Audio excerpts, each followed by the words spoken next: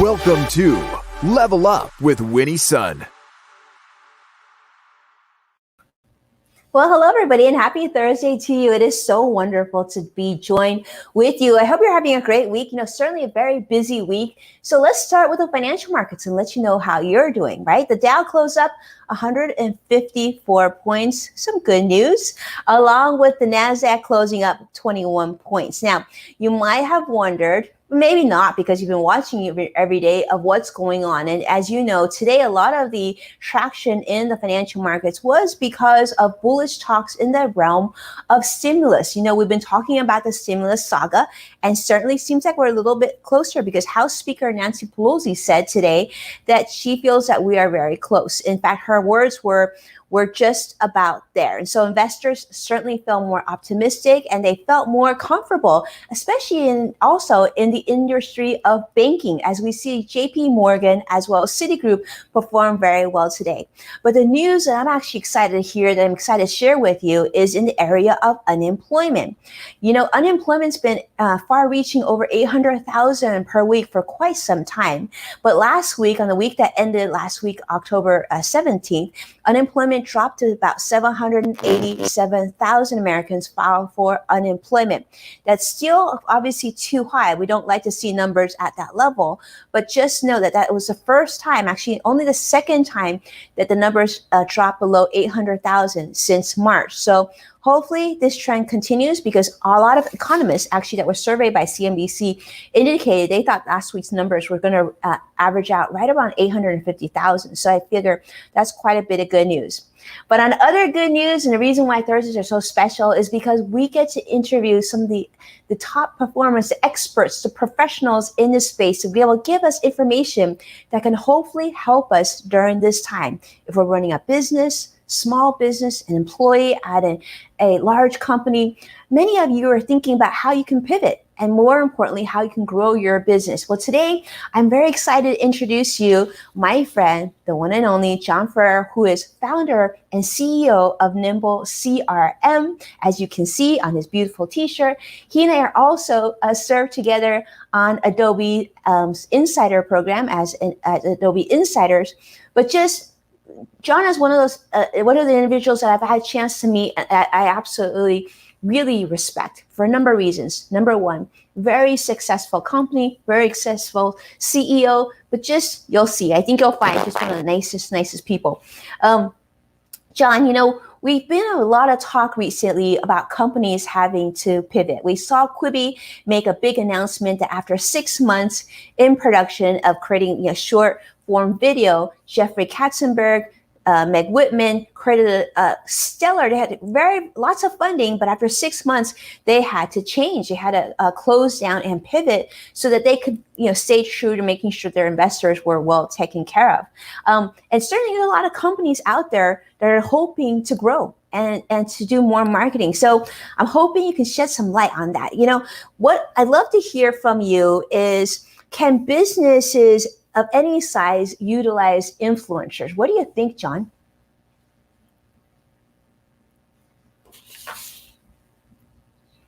Oh, Jon, I think you're on mute. If you don't mind hitting. Okay, there it is. There we go. Winnie, first off, I just want to thank you for giving me the opportunity to join you in a conversation with your community. I think it's through these kind of conversations that we all grow. And I learn when I join others for these conversations. So thank you. So in regards to your question, can influencer marketing be used by anybody? And absolutely. And I think that if you're listening to this today, don't just think about influencer marketing in regards to your company. It also is important for you and your personal brand and your professional network. I think that all businesses today struggle, especially during the pandemic times, with staying top of mind with people that matter to them. And I think the biggest mistake you can make as a company is to only focus on prospects and customers, because you can't reach the scale of prospects and customers, no matter how big your ad budget is. And the best way to get a recommendation to your prospects and customers is through their influencer. And let's just take it down to a really simple idea: small businesses. So who are small businesses influencers? Well, it might be their accountant, it might be their lawyer, it might be their technology advisor, it might be their marketing consultant. And what you want to do is not just connect and communicate to prospects and customers, but if you really want to scale your prospects and customers, identify who their influencers are and build relationships with them as well. So I love that, Jon. Great reminder. So influencers come in all shapes and forms. And certainly whenever people initially think about influencers, they think about A-list celebrities. They think about, major people who have significant reach, numbers in the 20, 30 million plus followers. And yet that's not always the case, right? Like, especially in the financial industry, a big influencer in my world is my accounting firm. Obviously a business accounting firm, highly reputable, and we serve a similar clientele. I love this, Jon. This is really refreshing because one thing that we often hear is, well, I want to do marketing, but I don't know even how much that would cost. When you talk to businesses, right, especially small businesses in particular, they say, well, how much does working with an influencer cost? They might say, I figure, the Jessica Albas of the world cost millions of dollars. What would you say to that, Jon?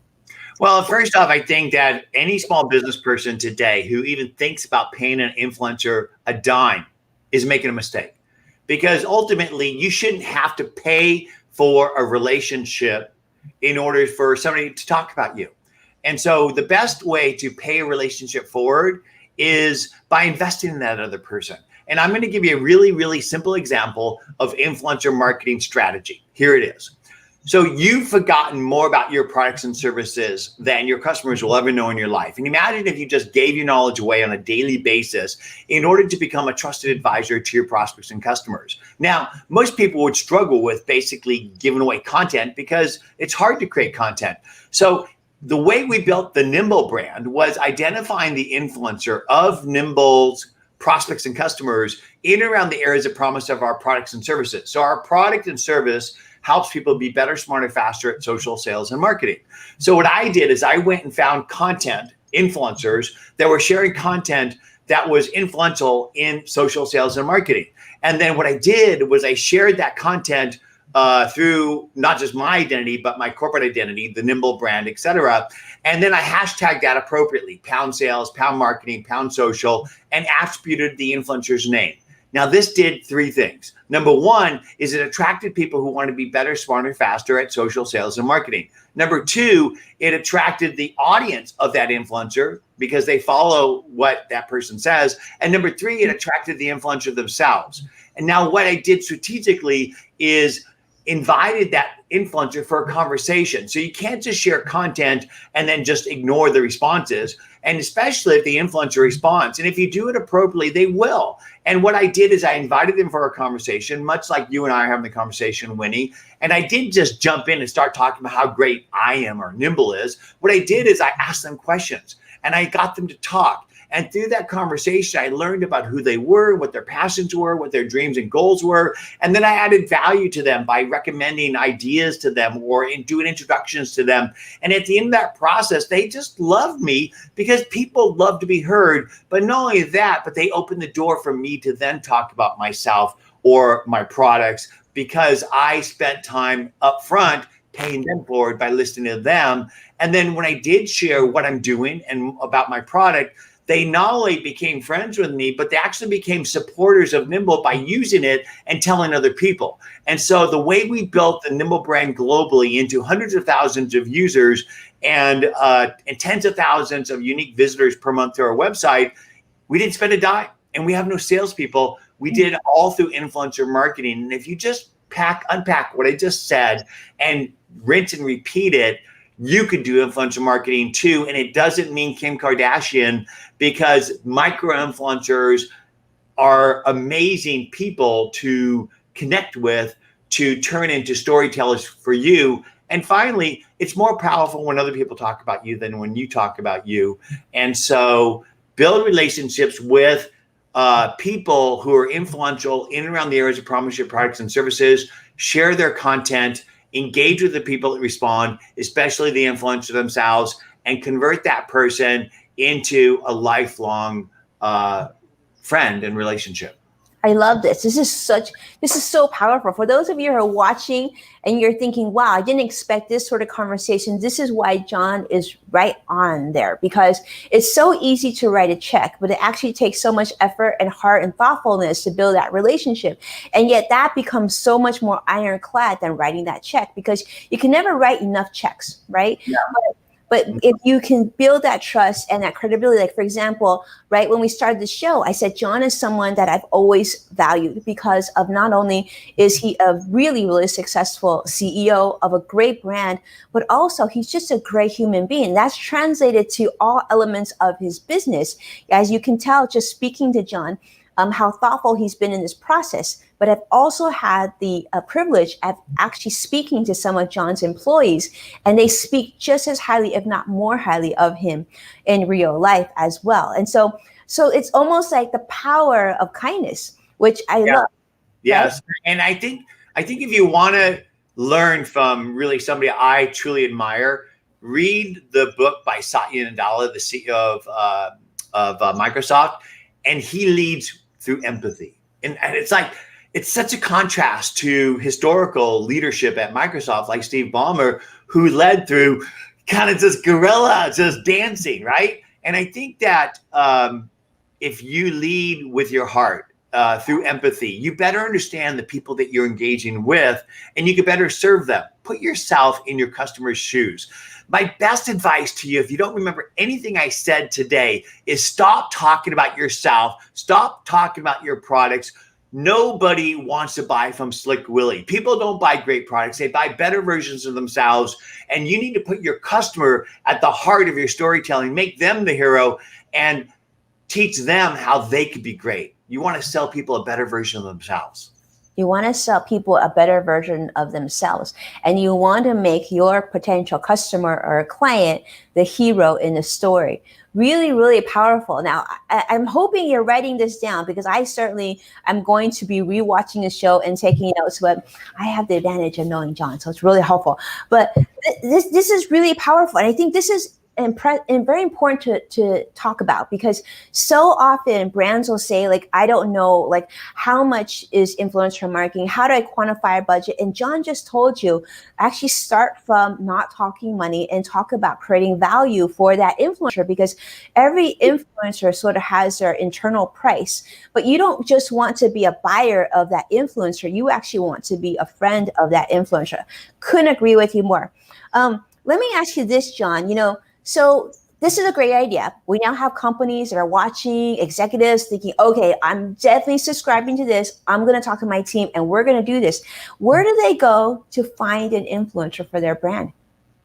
Well, there's a lot of tools that you could use. One like BuzzSumo, which if you just go to buzzsumo.com and you want to find influencers, say in wine or CRM or whatever, you could type in the keyword that you're looking for, the category and or the hashtag, and it'll come up with not just only influencers, but content as well.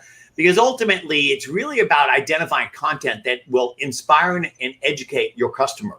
And so that's what you want to look for. But the best way to find influencers is for you to physically get out there in the social business river and to begin to listen and engage wherever your prospects and customers are hanging out and having conversations. For me, that might be places like Pound Social, Pound CRM, Pound Sales, Pound Entrepreneurship. These are hashtags that basically people have conversations around. And so I might go into Twitter and start listening under a particular hashtag, and then I'd find content that really resonates with me. And then what I would do is I would share that content with my audience. Now, this is sort of like a meditation I do every morning when I have my coffee. So I'll just go out and I'll swim in the river and I'll identify content and influencers that inspire me, that resonate with me. And then what I'll do is I'll then share that content right away on queue it up, right? I don't share it all right that second. I might queue up content in the morning for the day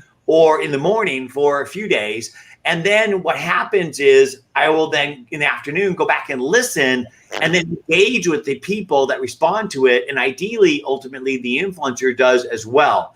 And so it's sort of a process that I do on a daily basis. Doesn't take me all day. And every person is so passionate about what they do, they probably spend time studying and learning more about it. Take that time to just curate content while you're studying and learning and share that. Yes, you can use sites like BuzzSumo to do that for you, and it will give you content and influencers that you could share that content with and for. But I really like to get in the river and actually just listen and engage right there, because I feel like I can identify the people better. Plus, I begin to connect with the people right at that moment, as opposed to using a tool to just curate content. And it's more like a machine. Remember, the more digital we get, the more human we need to be. That's how you're going to stand out, is showing your heart and your soul, and not just sharing business shit, but actually talk about what you're passionate about in life.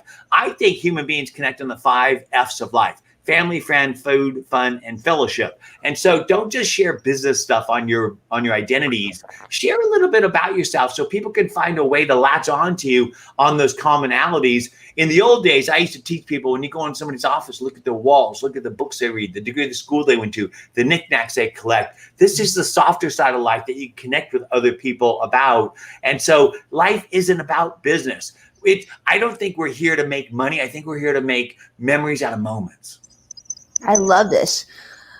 Okay, I need a moment just to write this down. Okay, because here's a quote that I just love. So the more digital we become, the more human we need to become. That's what Jon said. The more digital we get, the more human we need to become.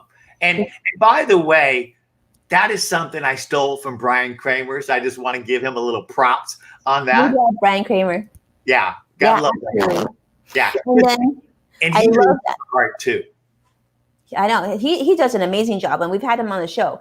He's great in that world. One thing that I think a lot of people ask is, okay, so now, well, first off, I gotta say, Jon, I gotta jump in here. I don't know about you, those of you who are watching, but I'm really impressed. Did you hear? Jon has over 100,000 members in Nimble right now, right? And yet he still continues to go out searching in his social lake, looking for potential people to utilize and work with and build relationships with, to kind of help his business continue to grow. That's really inspiring. So many of you might think, well, maybe, Jon did this right when he started, but then now he has people doing this for him. And Jon, that's not the case. So how much time, Jon, does this take you each day to build your queue of content? Well, like I said, it's something I do when I have my coffee in the morning. So I have 2 cups of coffee in the morning. I'll have one, and then maybe a half hour later, 45 minutes later, go have another one. And while I'm having my coffee, I'll just swim through the social channels where my prospects and customers have conversations. And then when I see content or people that just resonate with me, they vibrate to me, I see them, I basically start to queue their content up. And there's things I use like Buffer to queue content up. And then in the afternoon, I'll go and look at the notifications about the engagement. Because if you're just dripping lures in the social business river and you're not listening to when the fish bite and reeling them in and having conversations, you're wasting your time. Because ultimately, people can ignore you because they just think you're a spewer. What you want to be is a person that's actively engaged in conversations. But ultimately, I think you need to think about, why are you doing what you do, right? Are you doing it to bag and tag as many people as you can and make as much money as you can? Well, guess what? You're on the wrong path, because ultimately you're not going to take the money with you. What you will take are the moments you've been truly present with other human beings and the vibrations that you leave behind from those moments. So I think that you got to figure out what your purpose in life is. There's the 3 P's. Figure out what your passion is, build a plan to achieve it, and make your purpose on a daily basis. And my purpose, my passion is helping other people grow, because that's how I can grow. So I enter into every business relationship, every human relationship, with the intent to be present enough to learn enough about that person to find some way to add value, even if it just means I leave them with a smile, because even the checker at the grocery store matters. So put your phone down for a moment and just say hello to people. Just Put the phone down and just say hello to people. That's so important. Exactly. And that's sort of your reputation, is that people know that you care and you're thoughtful and you're there. Jon, so let me ask you this. How do you someone like yourself who is so busy, right? You've got clients, you've got customers, you've got a team to manage. How do you make sure that you catch those conversations when people respond to you? Do you have tools? What things do you use? So I built a tool to do what I'm talking about, is to reel in the relationships. So here's a simple formula for influencer marketing that can be applied to individuals and to companies. And influencer marketing should be thought of for both, because even if you work for another company, your brand and your network are your net worth. Your personal brand and your professional network will help you achieve your dreams in life. And you should be working on your own personal brand by doing micro influencer marketing. So whatever you do in life, whatever your passions are, get in the river, find content, find influencers, find people that resonate with you, share that content. And then if you do what I say, which is build identities across all the places where your prospects, customers, and the influencers have conversations, and you begin to share content on a daily basis in those places, and then you listen and engage with the intent to connect in a human way, to add value to the people that you're connecting with, you can't help but be successful in life. But the problem you're going to run into is your network's going to get so big and you're going to have so many conversations. You're going to have a system to manage the connections that you're building, because the Dunbar limit says there's only 100 to 200 people you can manage in your head at one time. And if you do what I'm saying, you can have tens of thousands of contacts. So that's why I built Nimble, because I struggled with doing this exact thing when I began to build my brand after I was in retirement from raising 3 babies for 10 years after I sold Goldmine. And I started to use social and I started to build my brand and my network. I needed a tool to manage it. And I built Nimble because managing conversations in something like Hootsuite doesn't tie the connections back to the contacts. And you need to basically build a contact database that you could then prioritize people and reach out systematically. And here's the most important thing to do. Say what you're going to do and do what you say. And it's the biggest cause of failure in business is lack of follow-up and follow-through. And I think the reason why is because many people try to use a CRM to do that. And the problem with CRMs is that you work for it and you have to go to it to use it. So you basically have to Google people before a meeting, and then you have to go to the CRM to log what you know. And then you can engage in email and social and in person. Then you have to go back to the CRM to log the note and schedule a task. And nobody does that. That's the biggest cause of failure, is lack of use. The reason they call it Salesforce, you have to force salespeople to use it. There's 225 million global businesses, less than 1% use any CRM. And that's why we built Nimble, because it's the first CRM that works for you by building itself, automatically building contacts, and then works with you where you work and live, which is in your email inbox, inside of social, and on your mobile device. And so I know we went through a lot of stuff, but it's really not that hard. What you want to do is you want to stay top of mind with your prospects on a daily basis. And Mae West said, out of sight is out of mind is out of money, honey. So how do you stay top of mind? Don't talk about yourself. Don't talk about your products. Talk about how other people become better, smarter, faster. Sell others a better version of themselves, which means give your knowledge away. And then they'll see you as a trusted advisor. And not only will they pick up the phone and call you when they need your products and services, but they're going to drag their friends with them to you. And that's the best way to grow a business, is no advertising, no sales. It's all about serving others and helping them grow. And people basically will just bang your door down to get access to you because you're there to help them.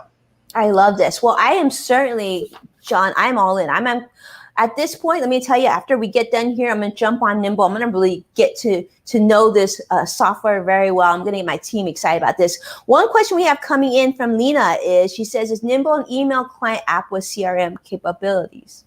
It's really both, right? So Nimble will automatically unify your contacts from over 250 SaaS business apps, including Office 365, G Suite, iCloud. So we synchronize your contacts from your contact platforms, and from your business applications, sales, marketing, customer service, accounting. So let's pretend your business has QuickBooks and MailChimp and Office 365.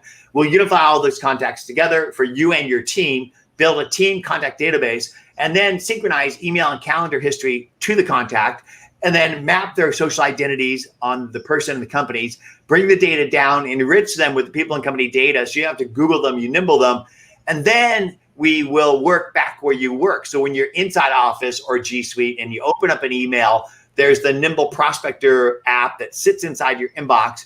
And when you're reading an email, it'll automatically tell you, oh, this is Winnie. And the last time anybody in the team spoke to Winnie, Nadia spoke to her this morning and got the meeting agenda set up.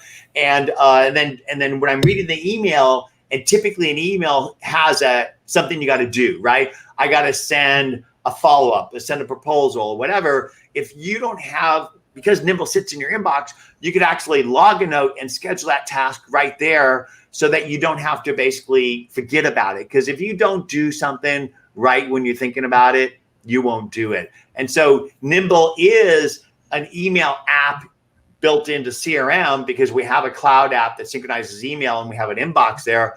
But really, most people use their normal inbox because it's just comfortable. So I use G Suite and Office 365, but when I open up an email, the Nimble contact record is there if the person's in Nimble. And if they're not in Nimble, I can hit a button and automatically build a record for them. But the best part is it actually works in your business apps as well. So if you open up QuickBooks or MailChimp, Nimble's right there with you. Or if you're inside Twitter and you're having a conversation, you can actually build a new contact record or bring up a record because you need context and insights to engage effectively. Context is the history of interactions that you and the team have had on email, calendar, and social.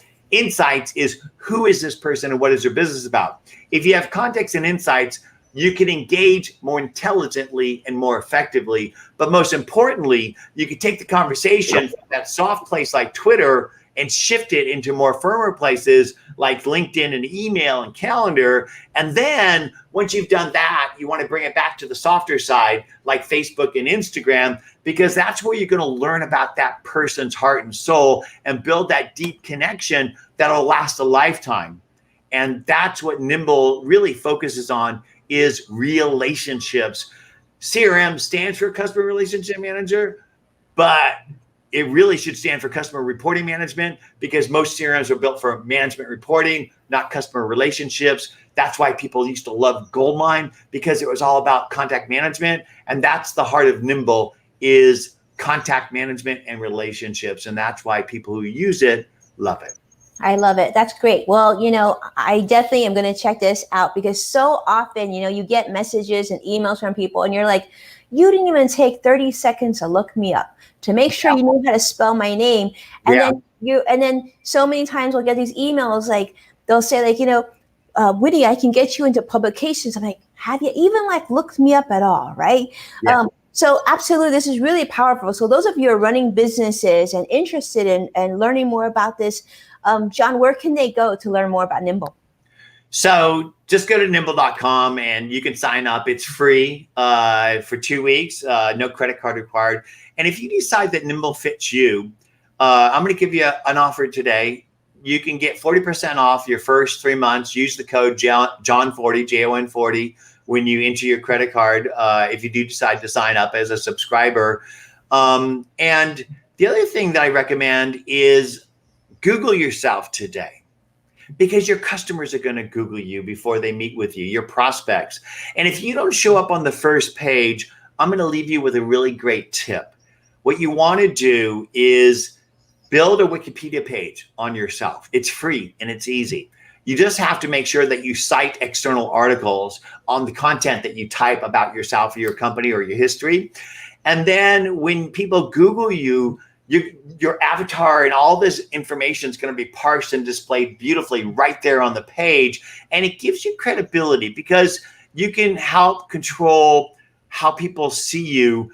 But ultimately, my advice is make sure that whatever you type in there is the real you, because you never want to misalign who you say you are to who you really are, because people are inherently smarter than that. And besides that, if I can help you grow in any way, I encourage you to reach out to me on whatever channel you're comfortable with. Just Google me, Jon, Jon Ferrara, and you'll find all the places, all my identities. Or I'll make it easy for you. My email is jon@nimble.com. Let me know today what I can do to blow some wind in your sails. I love that. Jon, you are incredible. All right, let's have some fun, my friends, for this time for a little speed round.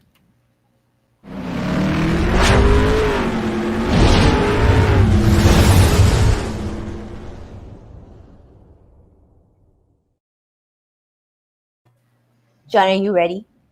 I was born ready. I know you were. So let me talk. First questions first. You have $500 to do marketing for your company. How do you spend it? Well, number one, I wouldn't spend it on advertising. I'd spend it on some tchotchkes. I'd buy t-shirts just like this. And when I connect with those influencers after the conversation, I'd send them a nice gift, right? Because people love nice things like this, and they're going to remember you. I love that. Give them something. I love it. Dream influencer to work with, Jon, who would it be?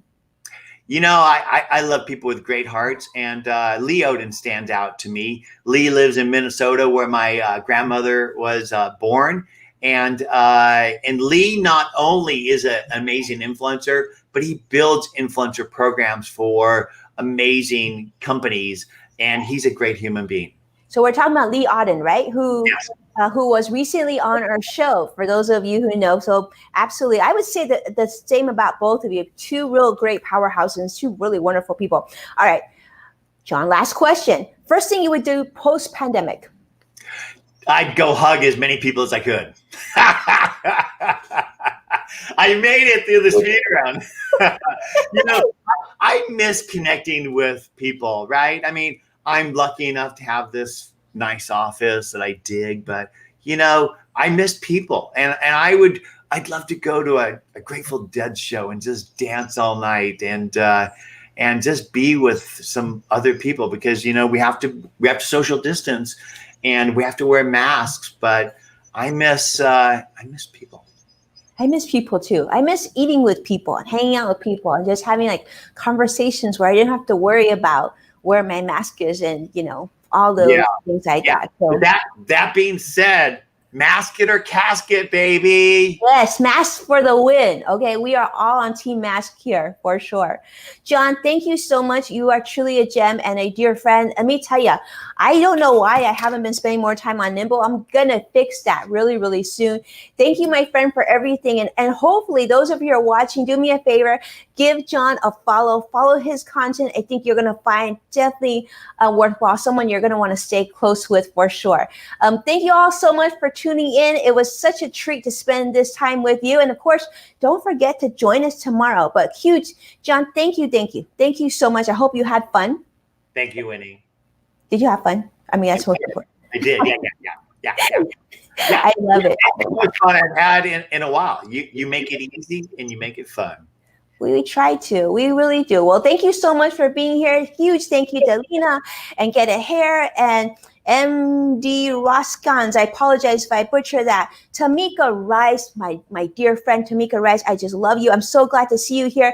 And thank you, all of you, for following us and being here from Facebook, LinkedIn, Twitter, YouTube, as well as Twitch, where we come live to you each and every day that the financial markets is open, which means we'll be back with you tomorrow. Okay? Tomorrow is going to be a treat. As you know, Fridays are AWA days, which is Ask Winnie Everything. And you guys definitely came in top this week. I'm loving it. We had so many beautiful questions coming in. So tomorrow we're in for a treat. We've got a lot of questions.